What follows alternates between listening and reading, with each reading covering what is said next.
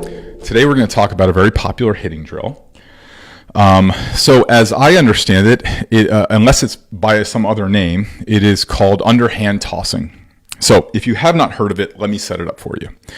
You've all seen soft toss, where a guy kind of stands to the side and flips the ball up, underhand flips the ball up to the hitter. Okay, so this is kind of from the front.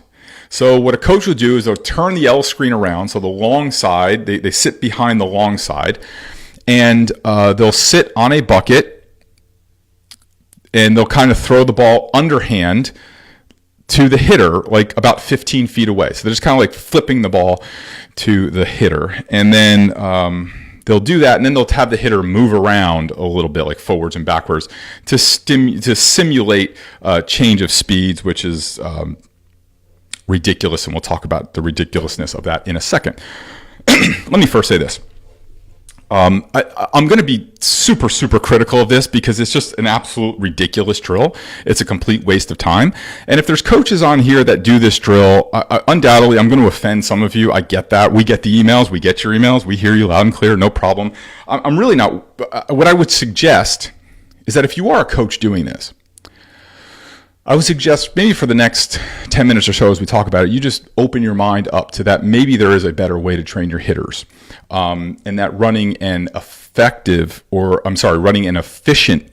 training session, lesson, or practice is not as good as running an effective one.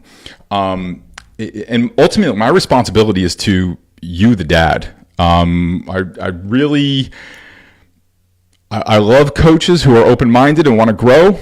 But my responsibility is to the dad. You guys are the ones that are paying to play on these teams, paying for these lessons, paying for these camps and clinics and training sessions. You deserve to know whether or not you're getting your money's worth, or whether or not you're getting, I don't want to say ripped off, but you're getting misinformed and misinstructed. So let's talk about it. Number one, let me get two things out of the way that are just kind of like side. Number one, coach, the optics of this look terrible. They just do. Like you sitting on a bucket behind a screen, flipping a ball underhand, not like a normal baseball player would do overhand, or a baseball person would do overhand. You're flipping it. It looks lazy. It just, the optics of it look terrible. Okay. Now I get it. I did 60 hours of baseball lessons at one point in my life, and I get it that it's hard to stand for that whole time. I would suggest to you, if you're having trouble standing for the entire time of your lessons, that I would suggest maybe you look to lighten your lesson load, that maybe you're taking on too many. That's something I had to do. So it looks terrible. So on a second thing, and I don't want to get too far into this because this could be like a whole 20-minute discussion, but when the coach is flipping the ball from this underhand position, so number one, the hitter's head, and if you're watching on YouTube or a video platform, the hitter's head is literally tilted forward and looking down, which means his eyes have tilted and his head is down. So the body goes, where the head goes, the body flows. So the minute you change the position of the head and the position of the eyes, the way that tracks down through the rest of the body, it's a completely different movement. So I think repetition in hitting training is ridiculous. We're going to talk about that later. But one of the arguments for underhand tossing is that it gets a lot of repetition. We'll deal with that in a second. I'm willing to concur for 10 seconds that, okay, if it is repetition, which it's not, but if it is, in fantasy land, if it is, you have your hitter in a head position and an eye position that's skewing his vision that he will never be at in a game. And you're literally, if it is repetition, you're trying to groove in the swing, which again is also ridiculous. You're not grooving in a position or a pattern that he's going to use in the game. It's totally different. The minute you change the head, the minute you change the eyes, the rest of the body flows differently.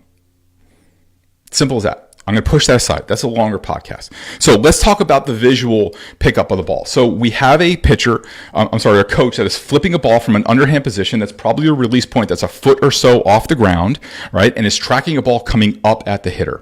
Okay, so 99.9999999% of the time that a hitter is going to be in a game hitting off a pitcher who is trying to get him out, he now has, he is looking up and out for a release point that's probably somewhere around, 53, 54 feet away, right? Versus looking down at a ball that's coming from a foot off the ground. Now, I know we're going to get an email from somebody that's going to say, well, what about an extreme submarine pitcher?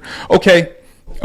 If in that 1/10 of 111% that you find yourself doing an extreme submarine pitcher, which I doubt you're really going to see a consistent one outside of super high level Division I ball and professional baseball. And even if you did, it's usually a specialist that maybe would pitch an inning or two. In that event, that you're going to come up against an extreme submarine pitcher, underhand toss until your heart's content. You're still not making yourself a better hitter, but if it makes you feel better, go for it. So now we have a hitter who is looking down, picking up a release point a foot from the ground at a ball that is literally coming up to him, versus a game where he's going to be looking out trying to pick up a release point of a ball that's coming down towards him on a downward plane. So we're training the hitters to look down and hit on a ball coming up versus looking out and looking at a ball coming down. Okay, so this creates a ton of problems. We've seen the great work that Perry Husband has done in effective velocity. We know about tunneling, that picking up pitchers are getting better and better at making all of their pitches look the same, right? In that tunnel, that first part out of the hand, that pitchers are trying to make their pitches look the same. This is already a hard enough thing to do if we're training it properly. But now when you add in an incredible amount of wasted time training, we understand why our hitters, are having a tough time adapting to this. It's already hard to do, and now we're not doing anything to help them do it. So that's number one.